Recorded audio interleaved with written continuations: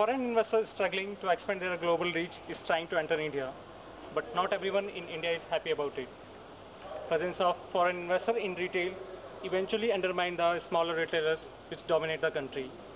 In the present legislation, India does not allow multi-brand FDI in India. But in the recent talk with the Wal-Marts, Indian government has cleared his intention to open up gates for the multi-retailer FDIs. Vinod Gupta School of Management, IIT Kharagpur, which nurtures innovation and leadership. Let's see what our future leaders have to say about this topic. What do you see the impact of FDI in multi-branded retail outlets? I see a very positive picture, Sachin. The latest data which Department of Industrial Policy and Promotion provides, according to that, between the year 2000 and 2010, around $194 million has come as FDI into single branded retail outlets. Now, if we open it up for multiple brands, definitely the FDI inflows in financial terms would be too high. Besides that, I think the employment opportunities would be enormous when major global players come into India. Besides that, I think the food inflation which we are seeing might come down because the overall supply chain would improve. In addition to it, I see that once the global players are there and supply chain has to be improved, the infrastructure would also improve. That would become imperative for the government to invest into major infrastructure development projects. I also see that the standards of services and products provided to the customers would actually improve. The benchmark would actually go up.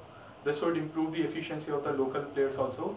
The global brands would be catered to the Indian customers at their doorsteps. Besides that, an interesting thing is a report on Global Retail Development Index provided by A.T. Kearney, a consultancy firm in US.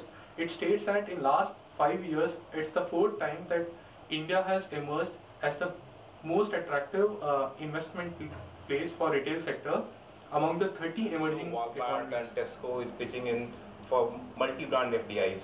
So what will you think that Indian retailers like Big Bazaar and Vishal have their strategy when these companies open their shops in India? Okay, see, in metros they cannot do much because these outlets are more about convenient shopping. So, and cost of switching is also very low. So there is not any particular strategies that Indian firms can adopt in metros. But now I'll particularly say that in smaller towns they need to formulate a strategy that Wal-Mart adopted way back. So like it has happened in Kharagpur. You see, they have Big Bazaar has only one store, and that is large enough to cater to the needs of the entire Kharagpur. Now this gives them the first mover advantage. Now they have blocked the entire Kharagpur.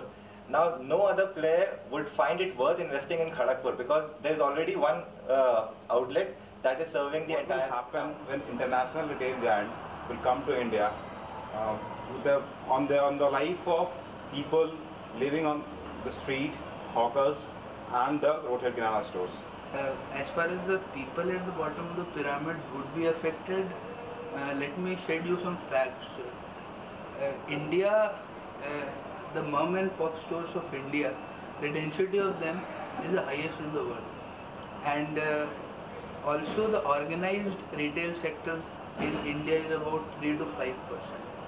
So if you compare, the scope is definitely there, and we can't expect the same scenario to prevail over the consensus on opening up of multi-brand retail to foreign direct investment or FDI looks unlikely anytime soon, with many states opposing freeing up the sector, dashing hopes of multinational retailers such as Wal-Mart and Carrefour keen to sell goods to Indian consumers.